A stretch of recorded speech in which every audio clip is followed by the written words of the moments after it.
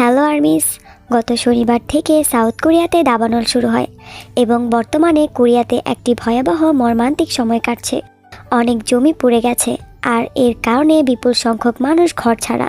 ইতিমধ্যে 4 জনের মৃত্যুর খবর পাওয়া গেছে এবং হাজারো মানুষকে নিরাপদ আশ্রয়ে নিয়ে গেছে। কোরিয়ার রাজধানী সিওল থেকে প্রায় 300 কিলোমিটার দক্ষিণে গিয়াংসাং প্রদেশে প্রথম দাবানলের সূত্রপাত ঘটে। রিপোর্ট অনুযায়ী দাবানল নিয়ন্ত্রণ করার জন্য যে ফায়ার সার্ভিস টিম পাঠানো হয়েছে, যাদের 4 জন নিহত। প্রায় 1464 হেক্টর জমি পড়েছে, মানে বনাঞ্চল। এই দাবানল দ্রুত গতিতে ছড়াচ্ছিল এবং এই ঘটনায় গতকাল গিয়াংসাংয়ে জরুরি অবস্থা ঘোষণা করা হয়।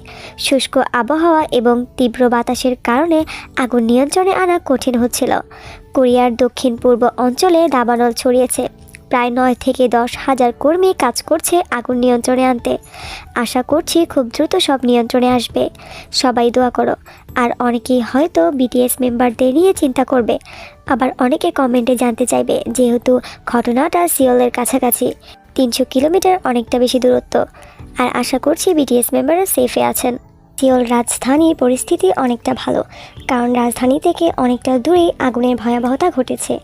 তো আশা করছি সিওল শহরে সবাই সেফ আছেন, এবং যেহেতু বিটিএস মেম্বাররা সিওল শহরে